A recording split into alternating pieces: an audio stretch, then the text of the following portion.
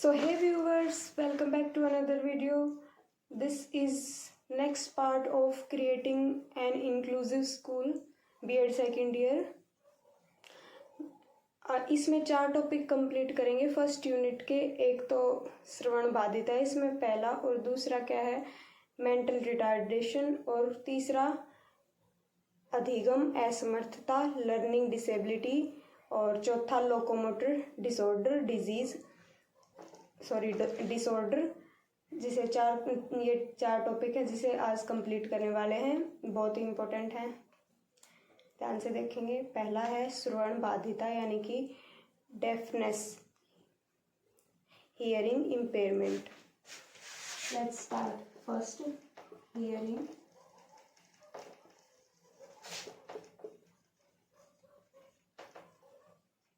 Impairment. ये क्या है? श्रवण बाधिता। श्रवण बाधिता का अर्थ क्या है? अ पर्सन who didn't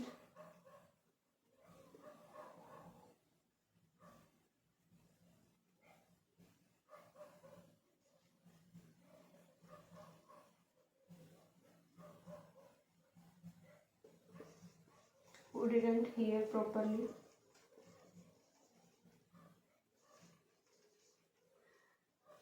जो व्यक्ति आसानी से सुन नहीं पाता या फिर वो बिल्कुल ही नहीं सुन पाता या आंशिक रूप से नहीं सुन पाता, थोड़ा ऊंचा सुनता है, यानी कि उसके जो है ध्वनि की उच्च क्षमता,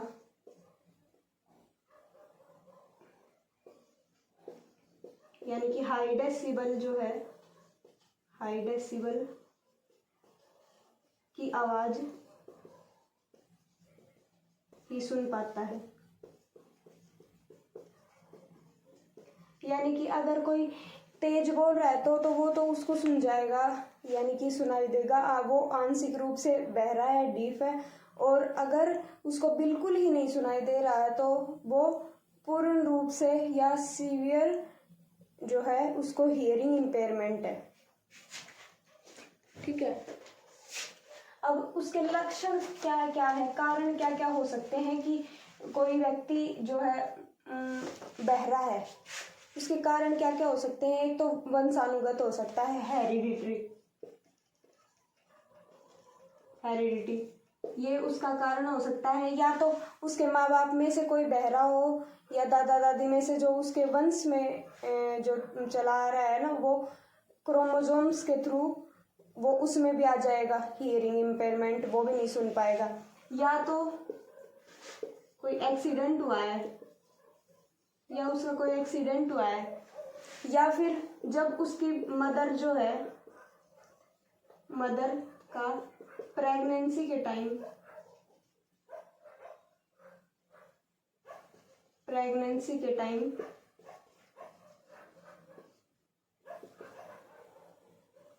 एक्सरे काफी एक्सरे हुए हों, तो इस एक्सरे की रेज से भी वो हियरिंग इम्पेयर्ड हो सकता है, यानी कि बहरा हो सकता है। आंशिक रूप से हो सकता है, पूर्ण रूप से नहीं होगा, तो आंशिक रूप से बहरा हो सकता है। या फिर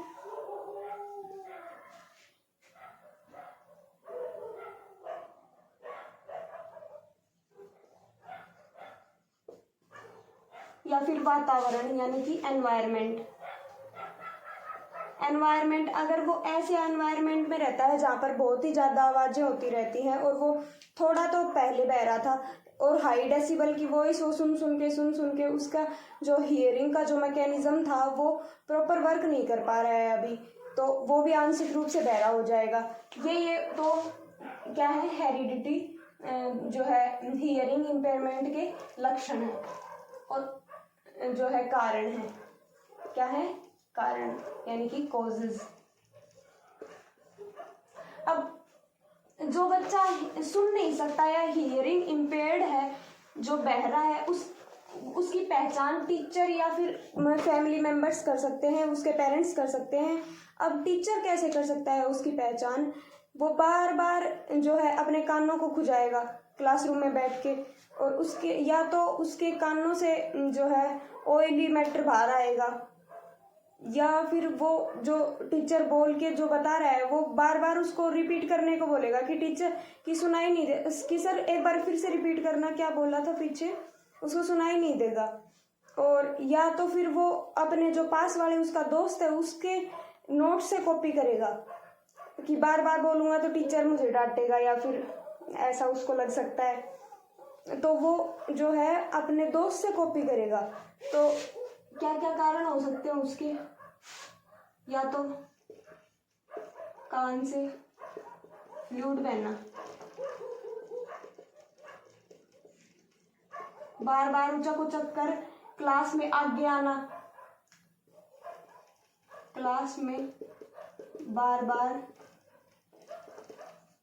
टीचर से रिपीटेटिव प्रश्न पूछना, रिपीटेटिव क्वेश्चनिंग करेगा, बार बार पूछेगा, और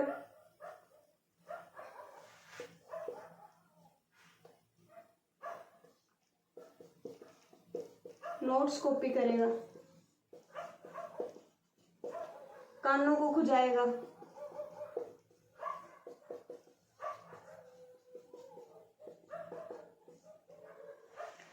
लक्षण और क्या क्या हो सकते हैं? या तो उसको कोई इन्फेक्शियस डिजीज भी हुई हो तो भी उससे भी वो जो है उस बहरा हो सकता है, एनीमिया वगैरह, पीलिया वगैरह जैसे, और वो क्या बोलते हैं कनफेड, जिससे कान में से फ्लूइड बहुत तेज से बहता है और कानों में सोजन आ जाती है कनफेड में, तो उसकी वजह से भी वो आंशिक रूप से बहरा हो सकता है।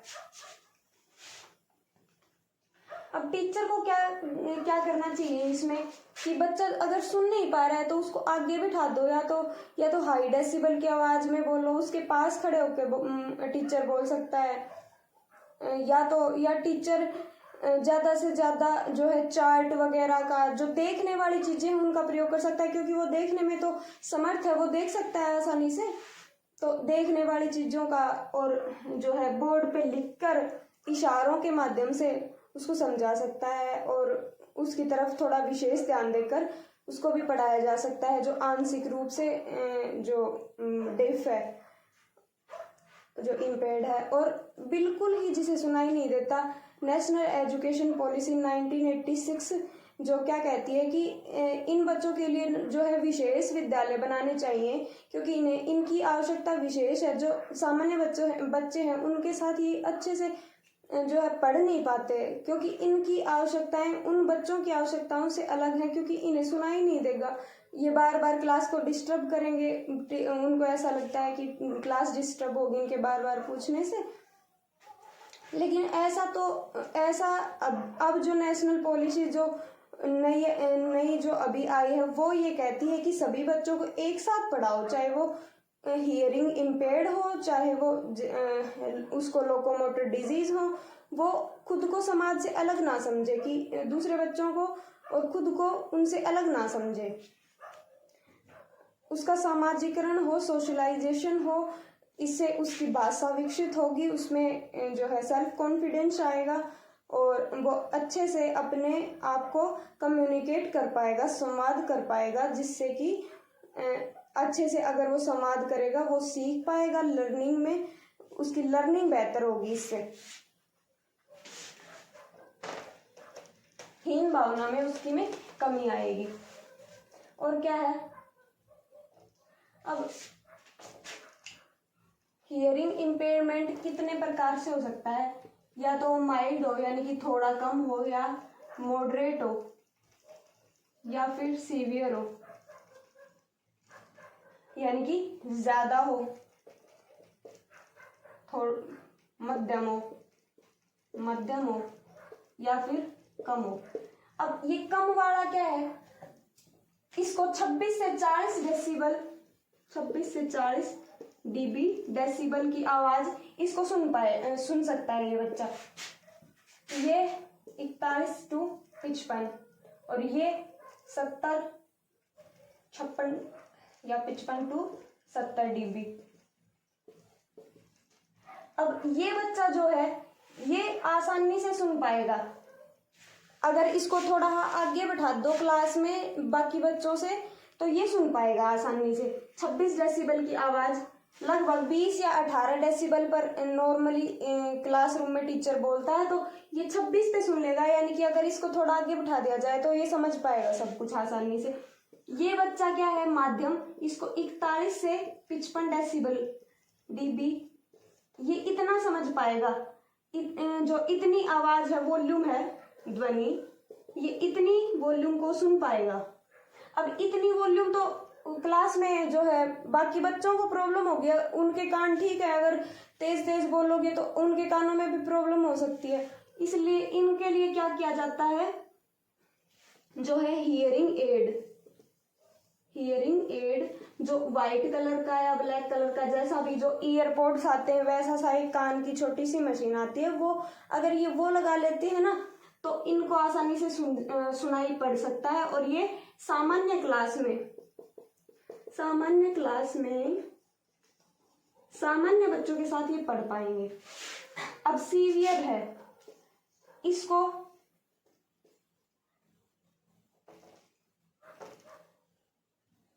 सीवियर है, ज्यादा है। अब इसको क्या है,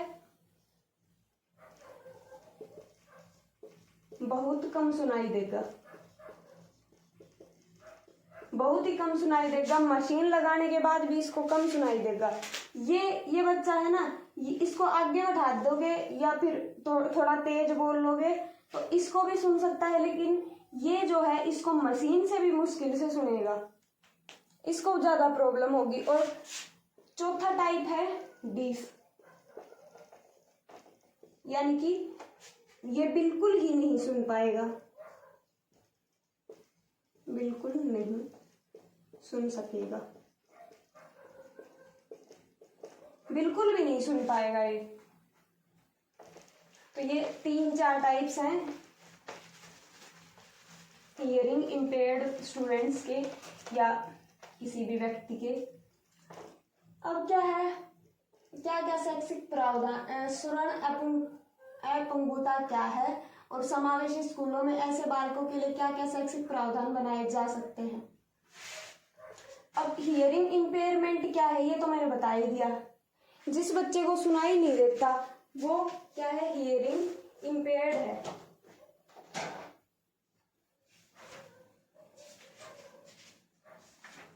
क्या है, हियरिंग इम्पेयर्ड है।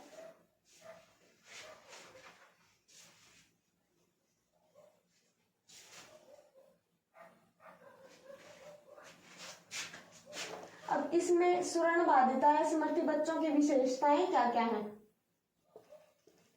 विशेषता यानी कि भाषा का विकास, जो उसको सुनाई नहीं देता उसकी भाषा का विकास जो सामान्य बच्चे हैं, नॉर्मल बच्चे हैं, उनसे बहुत कम हो पाएगा, क्योंकि उसको वर्ड्स ही बहुत कम समझ में आ रहे हैं, सुनाई कम दे रहा है, तो लैंग्वेज का डेवलपमेंट क्या होगा, लो होगा, कम होगा। भाषा का विकास, बौद्धिक योग्यता, बौद्धिक योग्यता। अब उसकी बुद्धि का परीक्षण किया जाएगा। टीचर अगर उसको जो है नॉर्म रेफरेंस टेस्ट और रेफरेंस टेस्ट, नॉर्म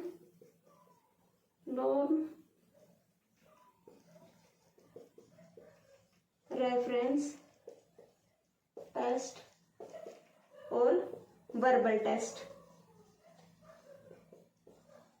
अब अगर टीचर वर्बली उससे पूछेगा ना कोई बात, कोई क्वेश्चन पूछेगा क्लास में, तो वो वर्बली उसको नहीं बता पाएगा। लेकिन अगर उसका टेस्ट लिया जाए जो है नॉर्म रेफरेंस टेस्ट, अगर उसका हो तो वो उस टेस्ट में आसानी से लिख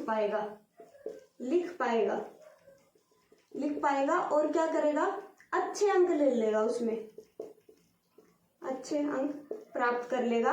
और जो है वर्बल टेस्ट में वो परफॉर्म नहीं कर पाएगा, क्योंकि उसको लगभग सुनाई नहीं देगा कि टीचर ने क्वेश्चन क्या पूछा है। आंसर तो वो तब देगा ना तब वो समझेगा उस बात को। जो बहरे जो बहरे लोग होते हैं वो जो है बात को सुन लेते, कई देर बाद वो रिएक्ट करते हैं उस पर, कि हाँ ये बोला था, कई देर बाद उनको समझ आता है कि हाँ इसका उत्तर देना है, ये बोला था। तो ये लिखने की बजाय ना सुनने की बजाय ये लिखकर ज्यादा अच्छे से परफॉर्म कर पाएंगे, ज्यादा अच्छे अंक ला पाएंगे, ज्यादा अचीव कर पाएंगे, अचीवमेंट इनकी अधिक होगी। ये इनकी बौद्धिक योग्यता है, ये है पॉजिटिव। ठीक है, पॉजिटिव किस वे में? टेस्ट के वे में, वर्बली नहीं, टेस्ट के वे में पॉजिटिव, नेगेटिव वर्बली, वर्बल। और शैक्षिक उपलब्धि,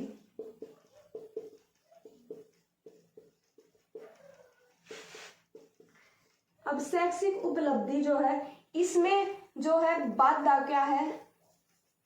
बाधा है क्लास का एनवायरनमेंट, क्लास का एनवायरनमेंट। क्लास में ऐसे बोलना ही नहीं जाता कि उसको समझ आ पाए। टीचर को कई बार तो ये पता ही नहीं होता कि जो सामने वाला बच्चा है उसको कम सुनाई दे रहा है और उसके लिए थोड़ा ज्यादा बोला जाए, थोड़ा ज्यादा तेज बोला जाए, उसको पता ही नहीं होता।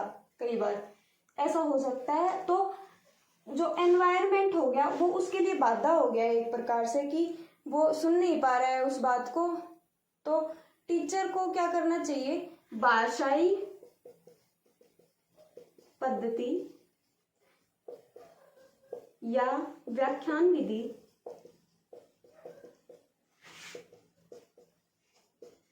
को छोड़कर,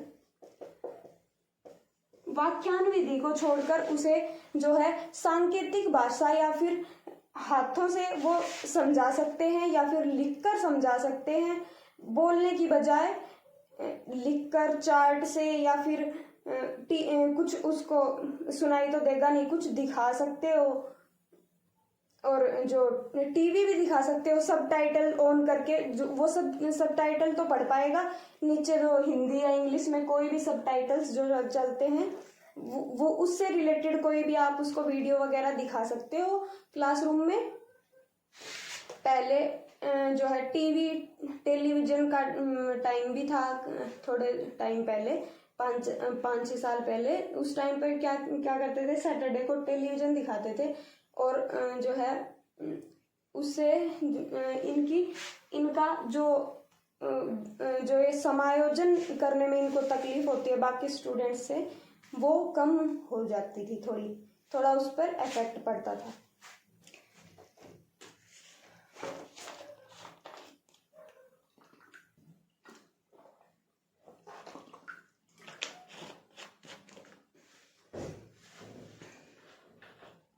नेक्स्ट क्या है? सामाजिक व व्यावसायिक समायोजन, इसी का पार्ट है। जो असमर्थी बच्चों की विशेषताएं हैं उसी में क्या है? सामाजिक व व्यावसायिक समायोजन।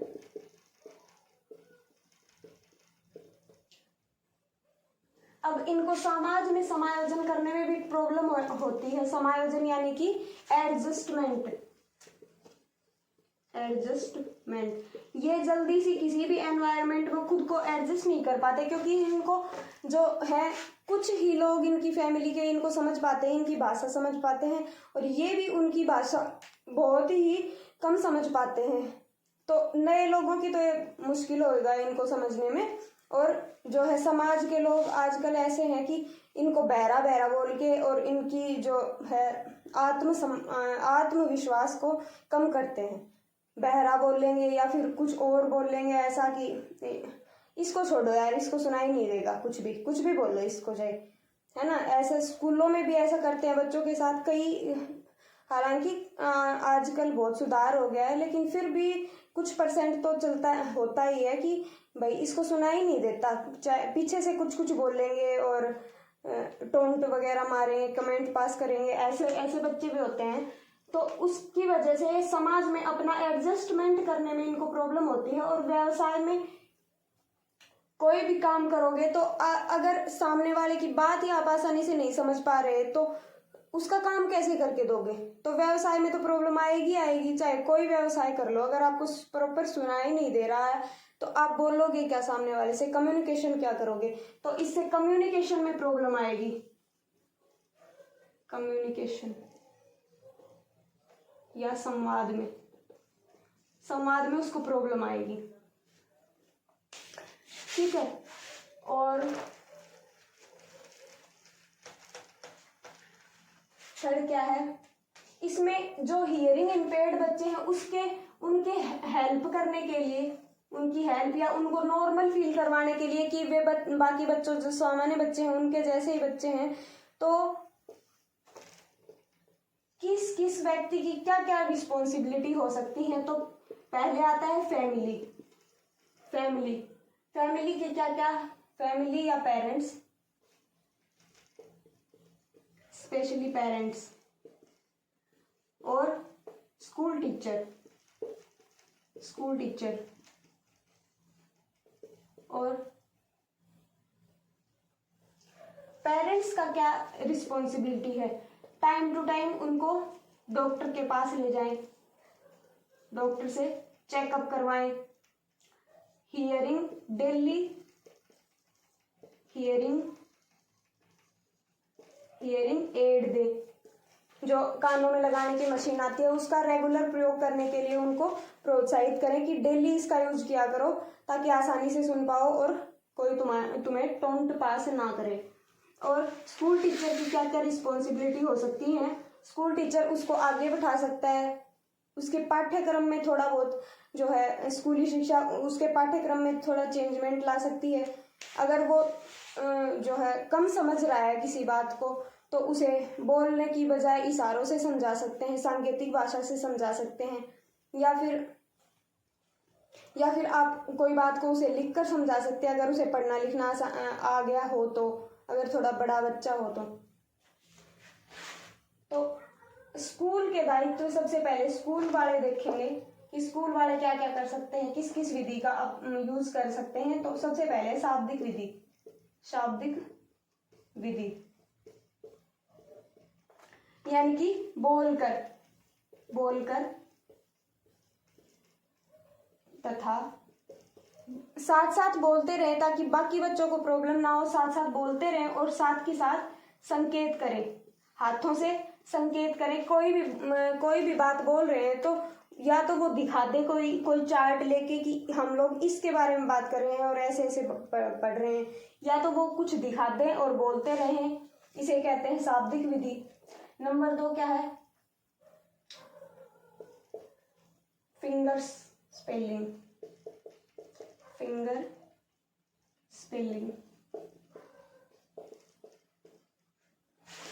फिंगर के माध्यम से लैंग्वेज जो है हियरिंग इम्पेयर्ड जो स्टूडेंट्स होते हैं या जो भी व्यक्ति होता है उसके लिए अलग से भाषा बनी होती है जो फिंगर के माध्यम से, जैसे एक उंगली को ऐसे दबाओगे तो ये क्या बनेगा, ए बनेगा, ऐसे दबाओगे बी बनेगा, ये ऐसे कोई भी हो सकता है, कोई भी तरीका। तो आप उस सांकेतिक भाषा या फिंगर जो है स्पेलिंग का यूज कर सकते हो, या फिर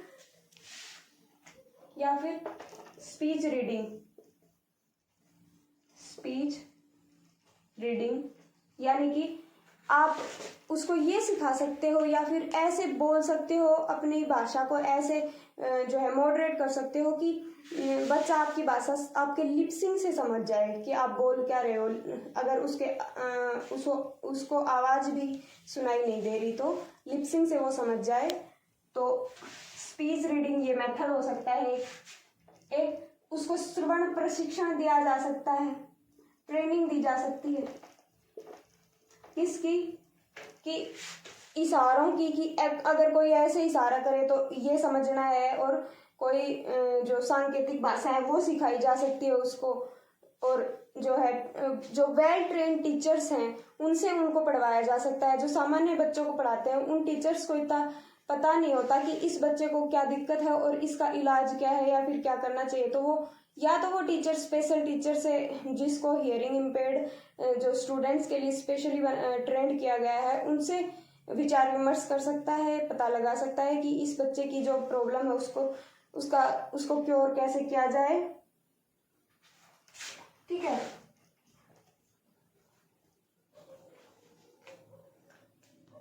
तो और टीचर्स इसमें क्या क्या कर सकते हैं और टीचर्स की क्या भूमिका हो सकती है श्रवण बाधित बच्चों के लिए। इनके लिए विशेष जो है कक्षाओं का प्रबंध किया जा सकता है। जो नॉर्मल बच्चों को जो पढ़ाया जाता है उसके अलावा, क्योंकि ये सीखने में बहुत असमर्थ होते हैं, या फिर ये कह सकते हैं क्योंकि इनको कम सुनाई देता है इसलिए इनका आईक्यू लेवल भी कम हो जाता है धीरे धीरे, क्योंकि सुनता इनको है नहीं। और लैंग्वेज एक जो है कम्युनिकेशन का एकमात्र माध्यम होता है, लगभग जो है टीचर्स फॉलो करते हैं वो। तो अगर सुनेगा नहीं तो सुनाई नहीं पड़ेगा तो लैंग्वेज इनकी वेल डेवलप नहीं हो पाएगी। तो इसमें टीचर्स क्या कर सकते हैं? टीचर्स उन्हें जो बुक वगैरह, नोट्स वगैरह ये प्रोवाइड करवा सकते हैं। कोई movie related, teaching related movie दिखा सकते हैं सब टाइटल्स की, और रंगीन जो चौक वगैरह का प्रयोग कर सकते हैं, या फिर लिपसिंग ऐसे कर सकते हैं जो आसानी से समझाई जा सके बच्चों को। और बच्चे को थोड़ा आगे बिठा दो, बच्चे को डांटो नहीं कि उसका आत्मसम्मान या फिर सेल्फ कॉन्फिडेंस डाउन ना हो। वो बार बार पूछे तो उसको ये नहीं बोलना कि भाई क्या है पूरे दिन तू ही पूछता रहता है, या फिर बाकी बच्चों को समझ दे दे अगर तुम्हें समझ नहीं आ रहा था, ऐसा नहीं बोलना है। उसको बताना है कि अगर कहीं भी उसको समझ नहीं आ रहा है तो उसको बताइए कि उसके पास जाकर थोड़ा ऊंची आवाज में, अगर उसे सुनाई दे सकता है, आंशिक रूप से इम्पेयर्ड है, तो उसको समझा सकते हैं, वो समझ सकता है, या फिर लिखकर बता सकते हैं। ये टीचर्स की भूमिका हुई। द नेक्स्ट टॉपिक इज मानसिक मंदता। मानसिक मंदता यानी कि ये जो बच्चा है मेंटली रिटार्डेड, ना तो इसके शारीरिक रूप से कोई प्रॉब्लम है, ना ही इमोशनल रूप से कोई इसको प्रॉब्लम है। इसको क्या प्रॉब्लम है? दिमाग की, यानी कि कॉग्निटिव, दिमाग की रूप से, दिमाग की मंदता, इसको दिमाग की मंदता है, यानी कि मेंटल रिटार्डनेस।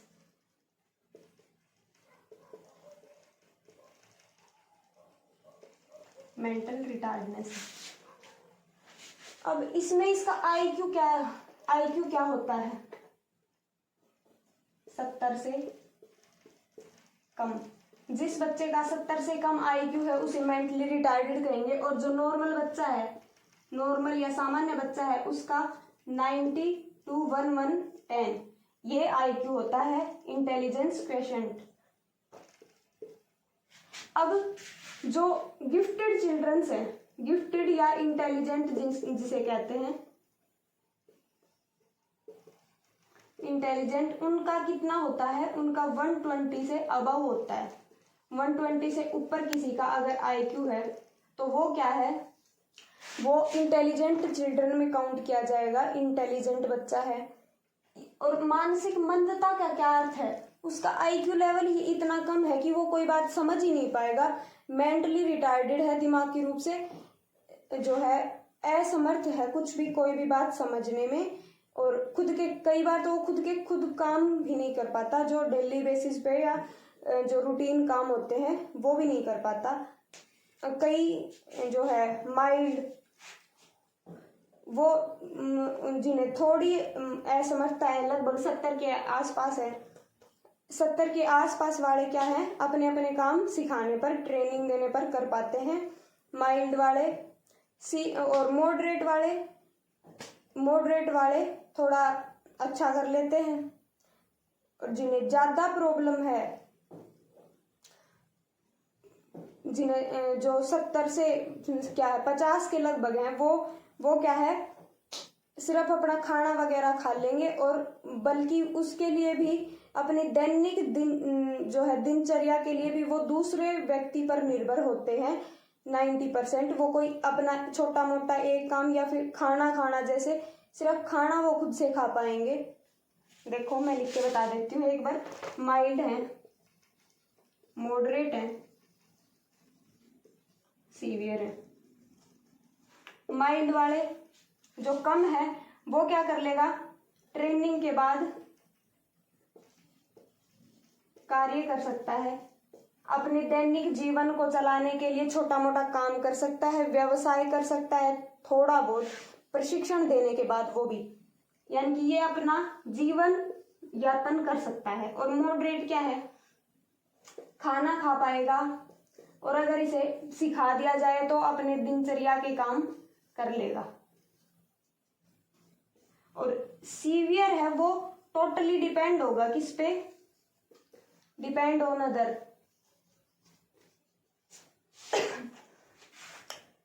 टोटली डिपेंड होगा, मुश्किल से खाना खा पाएगा खुद का। इसका आईक्यू जो है 0 से 25 के अंडर रहता है, जो है सीवियर का। मॉडरेट का क्या होता है, मॉडरेट का 50 से 60 लगभग, 50 से 60 लगा सकते हो। इसका क्या होता है 70 से नीचे, लेस देन 70 माइल्ड का। आईक्यू का मैंने प्रीवियस वीडियो में काफी लंबी चर्चा कर ली है, बाद में अब इसको दोबारा रिपीट नहीं करेंगे, इसका बता दिया था मैंने। अब मंद बुद्धि बालकों की विशेषताएं क्या क्या हैं, या फिर कारण क्या क्या है, पहले कारण देख लो। कारण क्या क्या है, नंबर 1 हेरिडिटी। हेरिडिटी तो है ही, हेरिडिटी फर्स्ट। या फिर शारीरिक कारक,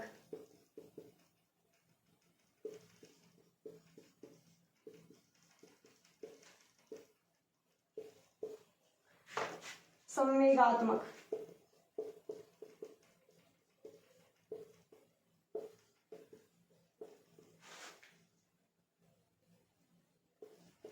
और सबसे पहले क्या है हेरिडिटी, यानी कि ये तो नाम से पता जैसे चल रहा है,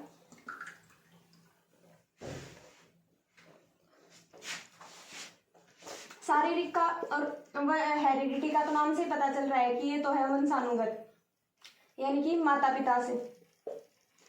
पिता से ये आएगी। शारीरिक कारण यानी कि उसे अगर कोई डिजीज है, या तो उसकी कोई एक्सीडेंट में उसके दिमाग में चोट लगी है, या फिर कोई और प्रॉब्लम हुई है, जन्म के समय उसको कोई दिक्कत हो गई है, ब्लड लॉस ज्यादा हो गया जन्म के समय, या फिर दिमाग में कोई चोट लग गई है, कहीं से गिर गया है, तो शारीरिक कारक ये सारे हो सकते हैं।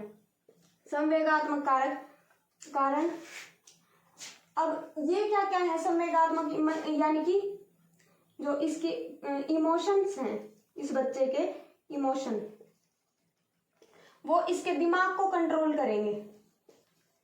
यानी कि अगर ये गुस्से में है तो ये खुद पे कंट्रोल नहीं कर पाएगा। कई बार कह देते हैं ना कि गुस्सा आ गया था, कंट्रोल नहीं रहा, यानी कि वे क्या है, मेंटली रिटार्डेड है, जिसका खुद पे अगर इमोशनल हो जाते हैं, गुस्सा हो जाते हैं, तो उनका अगर उस पर कंट्रोल नहीं है तो वो क्या है, मेंटली रिटार्डेड है, क्योंकि इमोशंस और दिमाग का एक दूसरे पर प्रभाव पड़ता है।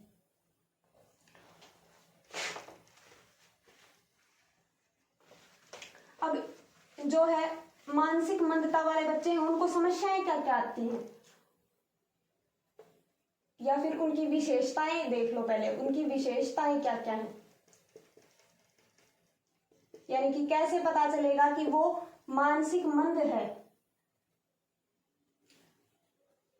पहला, अधिगम की धीमी गति,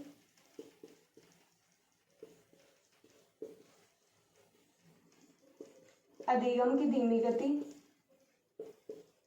दूसरा, शारीरिक हीनता। तीसरा, सीमित रुचियां,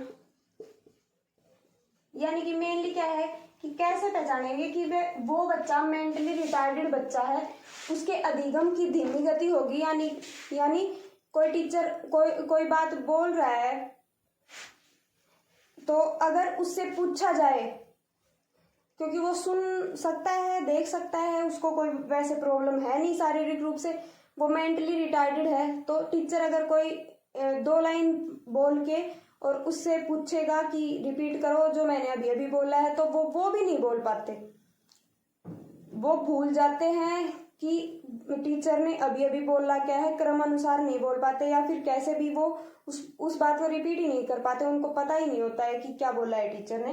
वो अधिगम की धीमी गति है। या तो अगर वो समझ भी गया है तो वो बहुत ही धीरे धीरे बताएगा, जो मेन पॉइंट है, जो बात का कंक्लूजन है, उस पर बहुत ही मुश्किल से पहुंच पाएगा। अधिगम की धीमी गति है ये। शारीरिक हीनता, अब वो जो बच्चा है शारीरिक रूप से वो बिल्कुल प्रॉपर है, लेकिन फिर भी क्या है, दिमाग की रूप से उसको दिक्कत है। सीमित रुचियां, अब उसकी रुचि क्या है, बहुत ही कम होगी। अगर कम रुचि होगी तो वो सीखने में, उसको लर्निंग में कोई इंटरेस्ट नहीं आएगा कि टीचर बोल क्या रहा है, क्या पढ़ा रहा है, क्या नहीं पढ़ा रहा है, उसको कोई लेना देना नहीं होगा। और लघु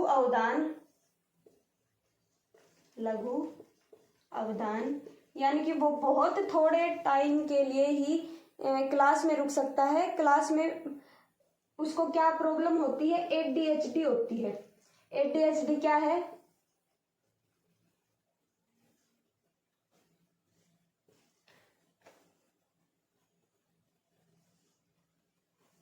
ADHD की क्या प्रॉब्लम है। ADHD है कि जब बच्चा बहुत ही थोड़े समय के लिए एक जगह बैठ पाए, टिक के एक टीचर की बात सुन पाए, बहुत ही कम समय वो ध्यान केंद्रित कर पाता है।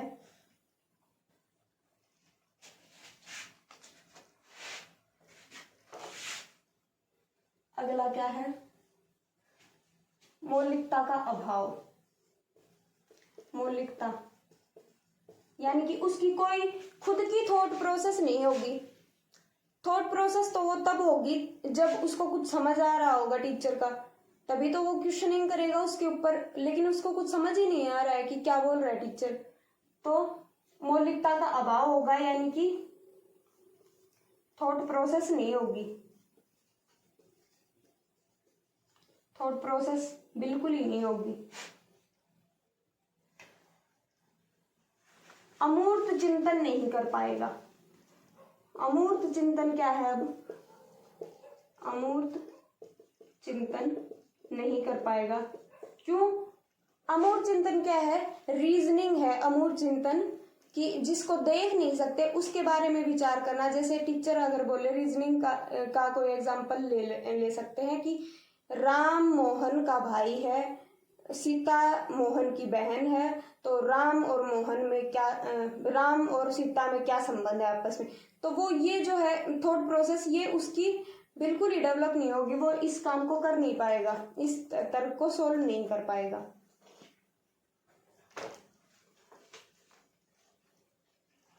दूसरों पर डिपेंड होगा, कोई भी काम करने के लिए डिपेंड होगा वो दूसरों पे, अपने कोई भी कार्य करवाने के लिए। जो है मेंटली रिटार्डेड बच्चा है, बहुत ही कम वोकैबुलरी होगी उसकी। ये मेंटली रिटार्डेड बच्चे की जो है विशेषताएं हैं। अब उसके एडजस्टमेंट में क्या क्या समस्याएं हो सकती हैं, जो परिवार को क्या क्या समस्या हो सकती है, यानी कि परिवार क्या क्या हेल्प कर सकता है इनके एडजस्टमेंट में, स्कूल क्या कर सकता है, और जो है समाज क्या क्या करता है।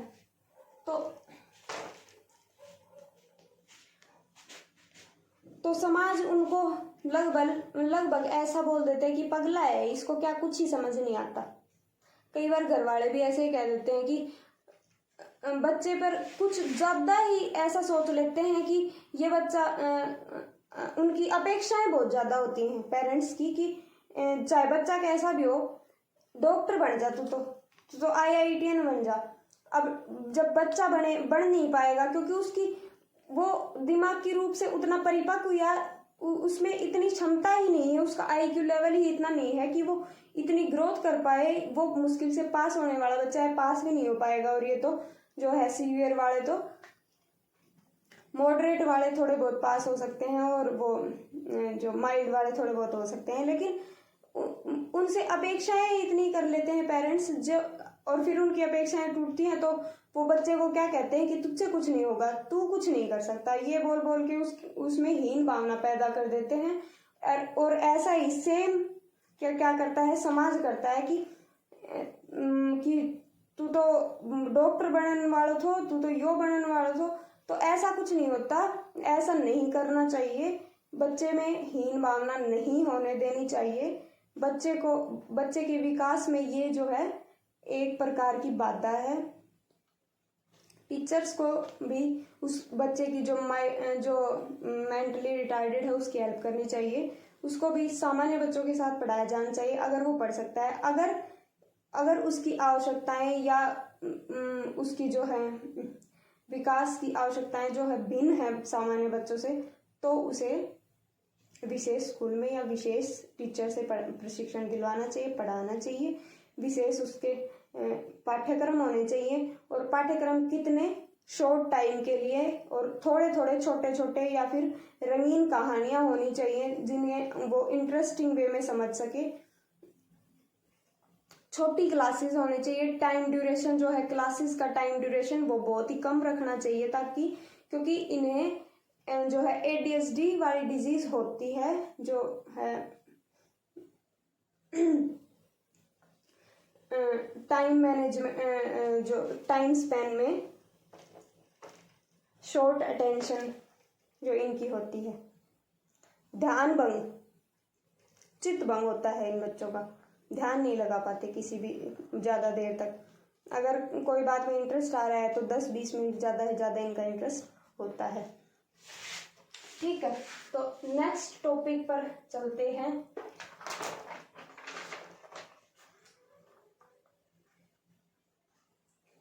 अब मंद बुद्धि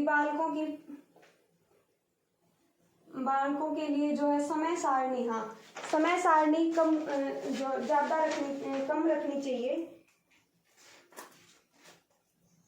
एक सेकेंड,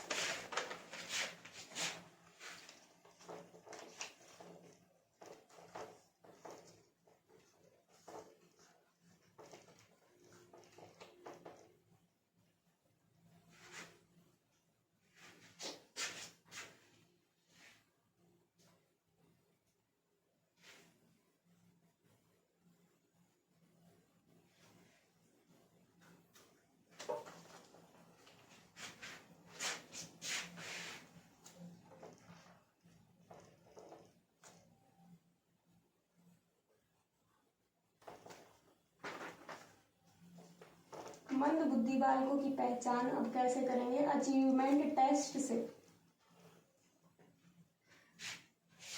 अचीवमेंट टेस्ट से उनकी पहचान करेंगे। जो मंद बुद्धि बालक है उनकी टेस्ट लेंगे उनका। अब वो टेस्ट कितने कैसे कैसे ले सकते हैं?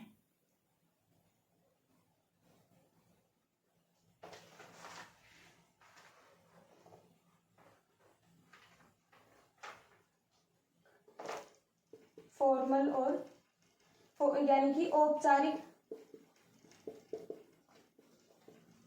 मंद बुद्धि बालकों की जो है पहचान करने के लिए क्या करेंगे? टेस्ट लेंगे, औपचारिक और अनौपचारिक।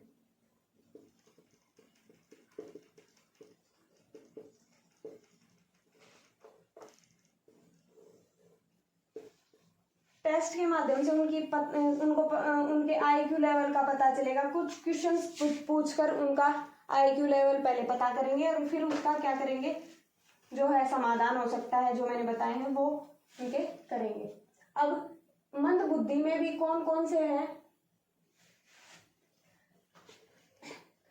एक तो है प्रशिक्षण योग्य, ये मैंने बता दिया, एक है अप्रशिक्षण योग्य और एक है शिक्षण योग्य।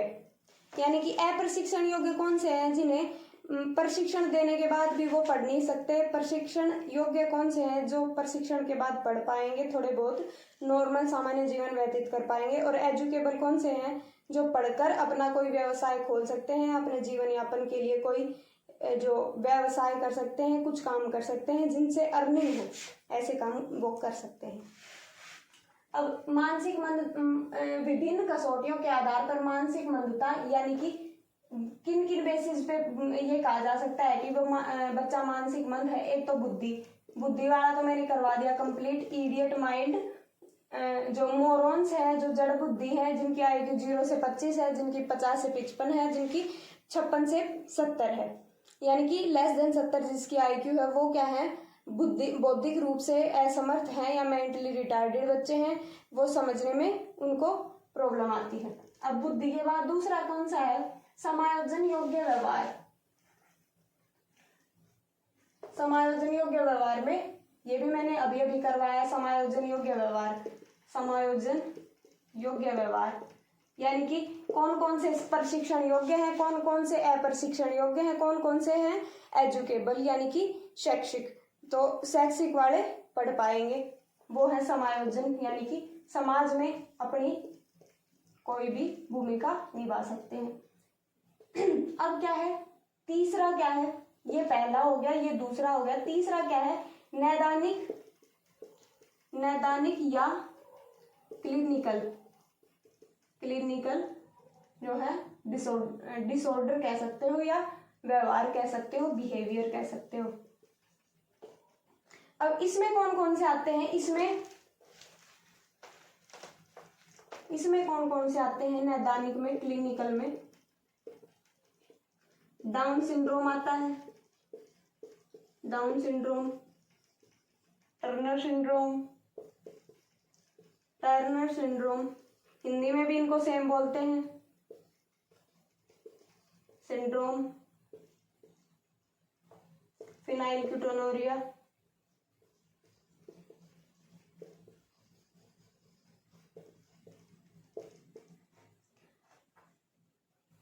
क्लिनेफेल्टर सिंड्रोम,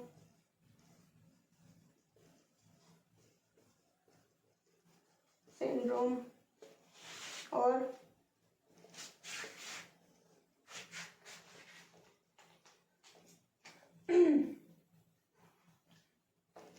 दुर्बल एक्स संरक्षण,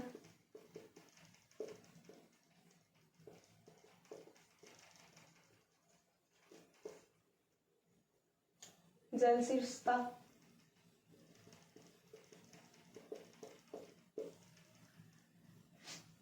माइक्रोसिफेली और मैक्रोसिफेली,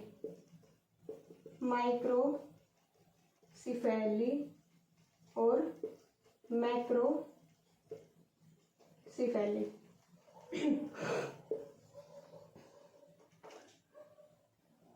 और बोनापन, ये क्या है, डिसऑर्डर्स हैं। बोनापन, अब उसको कोई बीमारी तो है नहीं, लेकिन क्या है, बोनापन डिसऑर्डर है,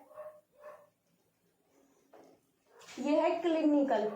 तो सबसे पहले डाउन सिंड्रोम देखेंगे। डाउन सिंड्रोम क्या है, डाउन नाम से तो दिख रहा है कि नीचे, डाउन का मतलब है नीचे, लेकिन क्या है, इसके क्रोमोसोम में, ये है क्रोमोसोमल डिसऑर्डर है, ये भी डाउन सिंड्रोम भी और टर्नर सिंड्रोम भी और जो है क्लिनेफेल्टर सिंड्रोम भी, ये तीनों क्या है, क्रोमोसोमल जो है डिसऑर्डर है। डाउन सिंड्रोम में क्या हो जाएगा, इसमें +1 ऐड हो जाएगा, यानी 47 क्रोमोसोम नंबर हो जाएगा, तो उसमें क्या है, डाउन सिंड्रोम हो जाएगा। उस बच्चे में की आंखें धसी हुई होंगी, चेहरा बाहर की तरफ आएगा, नाक धसी हुई होगी, माथा चपटा सा होगा, और जो है बड़े बड़े कान होंगे, और हाथों की उंगलियां बहुत ही छोटी छोटी और बहुत ग्रोथ बहुत कम होगी। और जो है टर्नर सिंड्रोम लगभग किसमें महिलाओं में पाया जाता है। इसमें भी जो है सेक्स क्रोमोसोम्स है उसका जेनेटिक मटेरियल पर जो क्रोमोसोम्स हैं उसकी अनुपस्थिति के कारण होता है। और क्लिनेफेल्टर सिंड्रोम ये किस में होता है, ये जेंट्स में होता है, ये महिलाओं में होता है, ये किसी में भी हो सकता है। फिनाइल कीटोनूरिया ये क्या है, फिनाइल एलानिन है, फिनाइल एलानिन जो क्या है एक क्या है अमीनो एसिड है। फिनाइल एलानिन ये क्या है, अमीनो एसिड है। और इसकी अधिकता होने से दिमाग में ये जम जाता है और जो प्रोटीन है वो जम जाता है और क्या करता है, कोज मस्तिष्क को जर्जर कर देता है। अब दुर्बल एक्स संरक्षण, ये क्या है, दुर्बल एक्स संरक्षण में क्या होता है, ये महिलाओं में भी हो सकता है, पुरुष में भी हो सकता है। और इसमें क्या होता है, दुर्लभ एक्स संरक्षण, यानी कि जो एक्स क्रोमोसोम है वो डिफेक्टिव होगा, यानी कि कम काम करेगा। अब महिलाओं में एक्स क्रोमोसोम होते हैं और पुरुष में एक्स वाई क्रोमोसोम होते हैं। तो महिला का अगर एक्स क्रोमोसोम डिफेक्टेड है, एक एक्स क्रोमोसोम डिफेक्टेड होगा, इसमें दुर्बल एक्स क्रोमोसोम संरक्षण। अब इसका संरक्षण दूसरा एक्स कर पाएगा, यानी कि एक एक्स के डिफेक्ट की क्षतिपूर्ति दूसरा एक्स कर पाएगा। लेकिन क्योंकि ये पुरुष में एक्स वाई होता है और उसके अगर एक्स डिफेक्टिव है तो उसका वाई जो है क्रोमोसोम उसकी क्षतिपूर्ति नहीं कर पाएगा। तो उसमें ज्यादा प्रभावी होगा, वो क्या होगा, ज्यादा जो है जो व्यक्ति है वो ज्यादा गुस्से वाला होगा पाया जाएगा। जल शीर्षता क्या है, जल शीर्षता है जो मस्तिष्क है उसमें मस्तिष्क की परतों में जल का भराव, कोई प्रोटीन वगैरह की कमी या अधिकता से इसमें मस्तिष्क में जल का भराव हो जाता है, जिसके कारण ये डिसऑर्डर होता है। बच्चा मंद बुद्धि होता है इसमें जल शीर्षता में, आईक्यू लेवल बहुत कम होता है, समझने की शक्ति बहुत कम होती है। अब माइक्रोसिफेली और मैक्रोसिफेली क्या है, सिफेलो यानी कि मस्तिष्क और माइक्रो यानी कि छोटा, यानी कि सर अगर किसी का छोटा है, इतना नॉर्मली छोटा नहीं, बहुत ही छोटा है, तो वो उसको क्या है माइक्रोसिफेली। और ये क्या है, डेथ कॉज कर सकता है उसको, वो एक समय पर मर सकता है, यानी कि अगर धीरे धीरे वो अपनी मैच्योरिटी एज तक उसकी डेथ हो जाती है। और मैक्रोसिफेली उसका दिमाग या सर जो है बड़ा होता है। जैसे एक फॉर एग्जांपल अगर एक गुब्बारा ले लेते हैं, अगर उसमें हवा इतनी ज्यादा भर दी जाए कि जितनी ज्यादा उसमें हवा भर दी जाएगी वो उतना उसकी जो परत है वो बारीक होती जाएगी। वैसे ही आप इसको दिमाग से रिलेटेड कर सकते हो कि मैक्रोसिफेली है उसका दिमाग जो है बड़ा होता जा रहा है। जो न्यूरॉन्स है दिमाग की, जो गेलिया या फिर ऐसा कुछ नाम होता है उन नर्व्स का, वो नर्व्स जो है पतली होती जाती है, जैसे ही खींचेंगे तो उनकी तन्यता यानी कि बढ़ती जाएगी, उनका पतलापन बढ़ता जाएगा। तो ये क्या है, माइक्रोसिफेली। बोनापन क्या है, ये तो नॉर्मली देखा ही होगा, कोई बच्चे ज्यादा छोटे रह जाते हैं, वो 4 साल से पहले बोलना ही शुरू नहीं करते, बोलना ही बहुत लेट शुरू करते हैं। और फिर ये क्या है, this is complete this topic. और नेक्स्ट टॉपिक है गतिमान व स्नायु विषयक विकार का अर्थ, यानी कि लोकोमोटर डिजीज, किसी व्यक्ति को चलने फिरने में कोई दिक्कत हो रही है, लोकोमोटर डिजीज है, यानी कि उसके हाथ पांव पूर्णतः काम नहीं कर रहे हैं, तो उसको क्या है, गतिमान व स्नायु विषयक सतर। गतिमान यानी कि लोकोमोटर डिजीज लोकोमोटर प्रॉब्लम, यानी कि उसको चलने फिरने में या फिर लिखने में प्रॉब्लम होती है। तो उसके लिए क्या कर सकते हैं, अगर उसका समायोजन किसी विद्यालय में करना है, उसको एक इंक्लूसिव एजुकेशन देनी है, तो क्या कर सकते हैं, या तो स्कूल में भी लिफ्ट हो, ताकि बच्चा आसानी से चढ़ पाए, आसानी से आ जा पाए और उसको किसी दूसरे के सहारे की ज़रूरत ना पड़े। या फिर क्या कर सकते हैं, अगर उसको लिखने में कोई प्रॉब्लम हो रही है या उसका कोई एक हाथ नहीं है या फिर उंगलियां नहीं है, तो क्या कर सकते हैं, उसको एक्स्ट्रा टाइम दे सकता है टीचर लिखने के लिए, या फिर उसको प्रिंटेड कोई बुक दे सकता है ताकि उसको लिखने की ज़रूरत ना पड़े, वो सिर्फ समझ सके, कोई भी कंटेंट को वो आसानी से समझ सके। तो इसमें भी क्या क्या है, मध्यम और गंभीर स्तर है, मध्यम और गंभीर स्तर है। यानी कि एक तो बच्चा है जो बिल्कुल ही चल फिर नहीं सकता, उसको उसके जो दिनचर्या के काम है वो भी वो दूसरों पर डिपेंड रहता है उसको करने के लिए भी। और एक है गंभीर, नहीं मध्यम है, वो मध्यम वाले क्या है, दूसरों पर डिपेंड नहीं होते, और ये इनकी क्या है, डिपेंडेंसी दूसरों पर होती है। यानी कि ये गंभीर है ना, इनकी डिपेंडेंसी दूसरे पर होती है। तो अब इसके कारण क्या क्या हो सकते हैं, या तो उनकी मांसपेशियों में कोई प्रॉब्लम हो,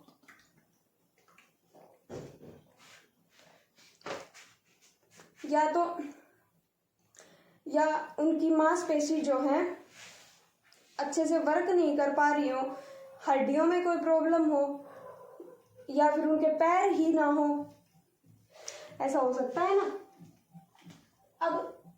अब वो प्रॉब्लम्स जो है वो किस किस प्रकार से आ सकती हैं, या तो उसको कोई दुर्घटना घटी हो, उससे उसके जन्म के समय, जन्म के पश्चात, या फिर जन्म के टाइम, ड्यूरिंग बर्थ। कैसे, उसको चलने फिरने में दिक्कत किस वजह से होगी, पैर या हाथों की वजह से, चलने या लिखने में पैर या हाथों की वजह से। और अगर उसको डिजीज है या फिर पोलियो है, सेरिब्रल पैल्सी यानी कि लकवा है, तो भी वो नहीं लिख पढ़ पाएगा, तो भी नहीं लिख पढ़ पाएगा अगर उसको पोलियो है, सेरिब्रल पैल्सी जिसे कहते हैं। अब ये समस्याएं कैसे कैसे उत्पन्न हो सकती हैं, जन्म से पहले अगर माता को कोई ज़्यादा बीमारी की वजह से ज़्यादा दवाइयाँ लेनी पड़ गई हो, या फिर उसका जो ये नर्वस सिस्टम है, इसका दिमाग से जो कनेक्शन जो बनता है, जो हेल्प करता है चलने फिरने में, वो टूट गया हो, तो सेरिब्रल पैल्सी हो सकती है, लकवा हो सकता है इसको, उसकी वजह से नर्वस सिस्टम और मस्तिष्क के यानी कि माइंड के कनेक्शन कटने से इसको सेरिब्रल पैल्सी यानी कि लकवा हो सकता है।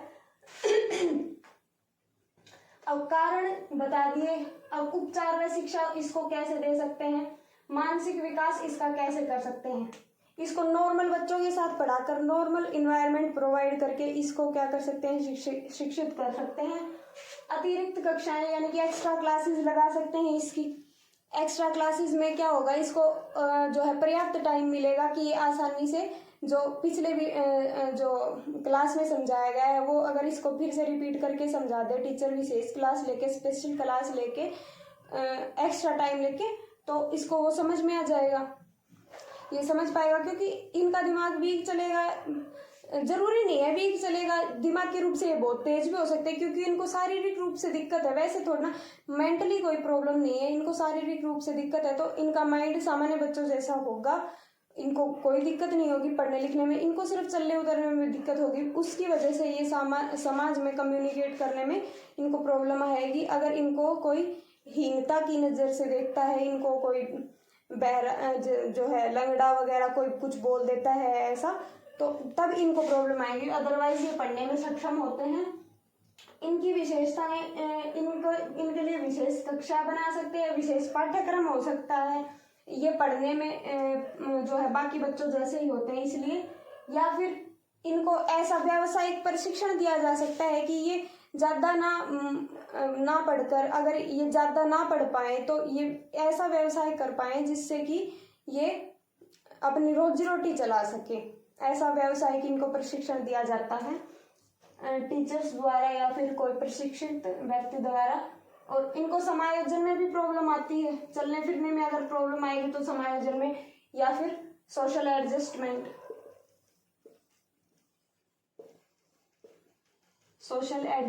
में प्रॉब्लम होगी।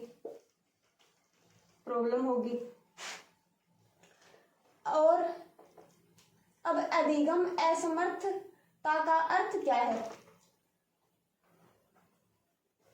जो अधिगम असमर्थ है यानी कि जो सीखने में इन जिनको प्रॉब्लम है। दूसरा जो है चौथा पार्ट है अधिगम असमर्थता, अधिगम असमर्थता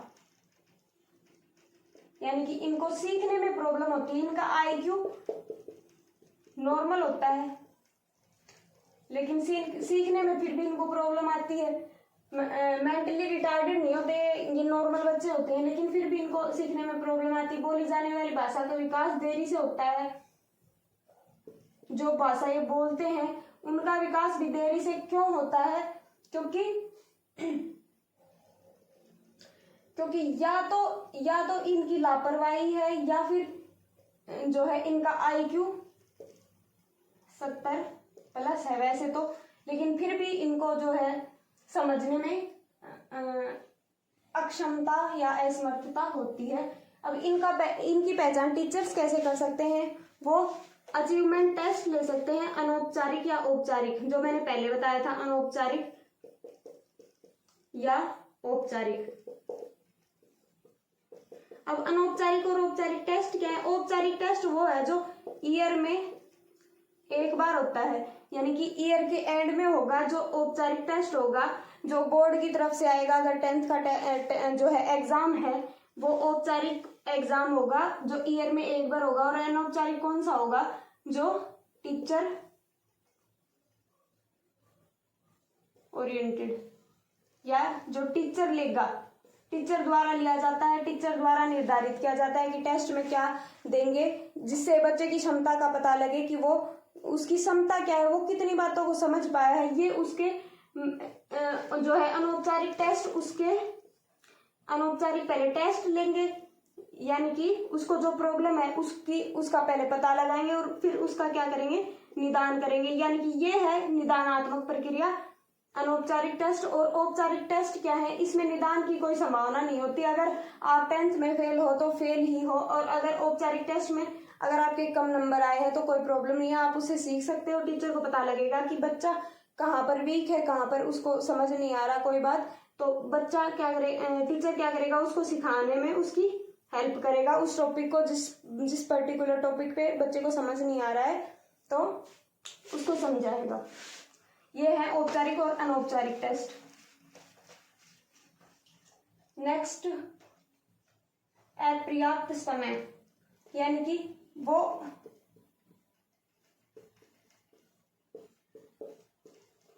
कोई भी काम जो है पर्याप्त समय में नहीं कर पाएगा, या फिर उसको ये भी प्रॉब्लम होगी कि टाइम से रिलेटेड, महीने से रिलेटेड, महीना कौन सा महीना है, कौन सा साल कौन सा है, घड़ी का समय क्या है। यानी कि कहने का मतलब है अमूर्त चिंतन में उसको प्रॉब्लम होगी, अमूर्त चिंतन में उसको प्रॉब्लम होगी। प्रत्यक्षीकरण दोष,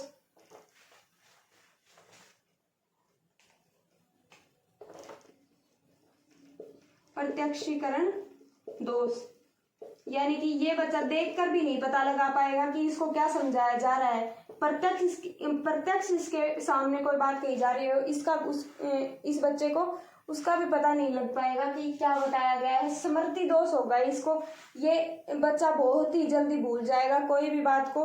अगर कोई भी जो है थ्योरम वगैरह इसको समझाई गई है, टीचर ने क्लास में व्याख्या की है, वो तुरंत उसको बुला देगा। उसको कुछ समझ अगर आ भी जाता है तो वो उसको रिपीट नहीं कर पाएगा।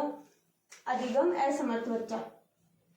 हाइपर क्रिया और ध्यान का अभाव, यानी कि अटेंशन डेफिशिएंट, यानी अटेंशन में कमी होगी, बहुत ही कम ध्यान केंद्रित कर पाएगा, इसलिए अधिगम असमर्थ होगा। अगर ध्यान से पढ़ेगा तो ऑब्वियसली समझ में आएगा, लेकिन ध्यान से ही नहीं पढ़ेगा, हाइपर एक्टिविटी होगी इसकी, तो इसको समझ में आएगा कैसे। और टीचर इसमें क्या कर सकते हैं? टीचर उसको दिखा करके, विजुअली सुना करके, हियरिंग, और जो है एक्टिविटी के थ्रू, हाथ पाँव की एक्टिविटी लगे, ऐसी जो है काम के थ्रू, स्पर्श हो कोई भी चीज का, ऐसे उसको जो है सिखा सकता है। अब क्या सिखाएगा, कैसे, अगर कोई ABCD सिखानी है तो उसको जो डब्बे वगैरह जैसे ए है तो इस डब्बे में ए भरो, तो बच्चा क्या है ए को उठाएगा, यानी कि अपने आंखों से देखेगा, सुनेगा टीचर बोल रहा है कि ए को उठाओ, और स्पर्श करके उसमें ए को फिट करेगा। वो जो गत्ते से आते थे ना, जो लकड़ी के बने हुए होते थे, उसको ए में फिट करेगा, बी में, सी में, डी में। ऐसी प्रक्रिया के थ्रू बच्चा ज्यादा आसानी से सीख पाएगा। और उसको ये भी जो है निर्धारित करने में कठिनाई होगी कि कहाँ से क्या पढ़ना है, किस टीचर से क्या पढ़ना है, कौन सी चीज कितनी महत्वपूर्ण है, किस चीज को कितना समय देना है। जैसे कि आजकल होता है, बाकी जैसे जो आजकल के स्टूडेंट्स करते हैं, भटकते रहते हैं एक से दूसरे चैनल पर, लेकिन एक चैनल पर टिककर वो नहीं पढ़ सकते। अगर एक चैनल पर टिककर पढ़ेंगे तो कोई भी टीचर सेम ही बातें बताएगा, a+b² a² b² 2ab भी बताएगा। कोई भी टीचर अलग से नहीं कोई क्रिएट करेगा कि कुछ अलग ही इसने क्रिएट कर दिया है। सभी टीचर सेम ही बताते हैं, सेम ही पढ़ाते हैं। बस जो है पॉइंट क्या है कि कंटिन्यूटी बननी चाहिए। तो इस बच्चे की कंटिन्यूटी का अभाव होता है, इस बच्चे में ध्यान का अभाव होता है, स्थान और ज्ञान का अभाव होता है। कई बार ये बच्चा कहीं चला तो जाता है, लेकिन वापस आने में इसको प्रॉब्लम होती है, वापस आने में इसको दिशा ही नहीं पता होती कि कौन सी दिशा से गया था, यानी कि रिवर्सिबिलिटी की प्रॉब्लम होती है, जो छोटे बच्चों को होती है। इसका दिमाग लगभग जो है 10-12 वर्ष के बच्चे की तरह काम करता है। बेशक ये कितना भी बड़ा हो जाए, लेकिन इसका जो IQ लेवल है वो पिछड़ जाता है, बाकी बच्चों के तरह, सामान्य बच्चों की तरह विकसित नहीं हो पाता है। ये कोई भी काम जो कर लेता है वो वापस उसको रिवर्स नहीं कर पाता, यानी कि कहीं चला गया है तो वो रिवर्स नहीं आ पाएगा। और इसको दिशाओं में भी प्रॉब्लम होने लगेगी। दिशाओं में कैसे, ये उत्तर दक्षिण दिशा के बारे में जो है मैप के थ्रू उनको वो नहीं कर पाएगा, पहचान नहीं पाएगा। वह नॉर्मली वो बता सकता है कि सूरज इस साइड से उगता है तो ये क्या है, ईस्ट है, ये वेस्ट है, ये बता पाएगा, उत्तर दक्षिण पूर्व पश्चिम। लेकिन मैप में अगर उसको बताया जाए, एक बार बता दिया जाए तो वो नहीं समझ पाएगा, क्योंकि अगर उत्तर दक्षिण पूर्व पश्चिम ऐसे लिख देते हैं तो वो उसको इस साइड से देखेगा, और जबकि ये लिखी होते हैं सामने वाली इसी साइड से। इसको ये जो है क्या, रिवर्सिबिलिटी, ये इसकी इसमें कमी होती है, इस वजह से नहीं समझ पाता है, इसमें अधिगम की असमर्थता होती है। वैसे ये प्रॉपर इसके जो है शारीरिक रूप से ये एकदम परफेक्ट होता है, इसमें कोई दिक्कत नहीं होती है। अगर सीखना चाहे तो ये सीख सकता है, ये क्या है, सीख सकता है अगर ये सीखना चाहे तो।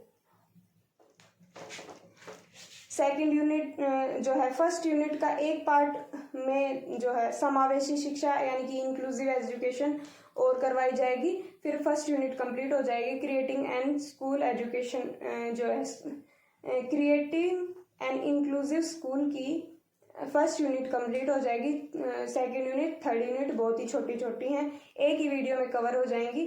तो if you like the video then like, share, comment positive और शेयर ज़्यादा से ज़्यादा करना।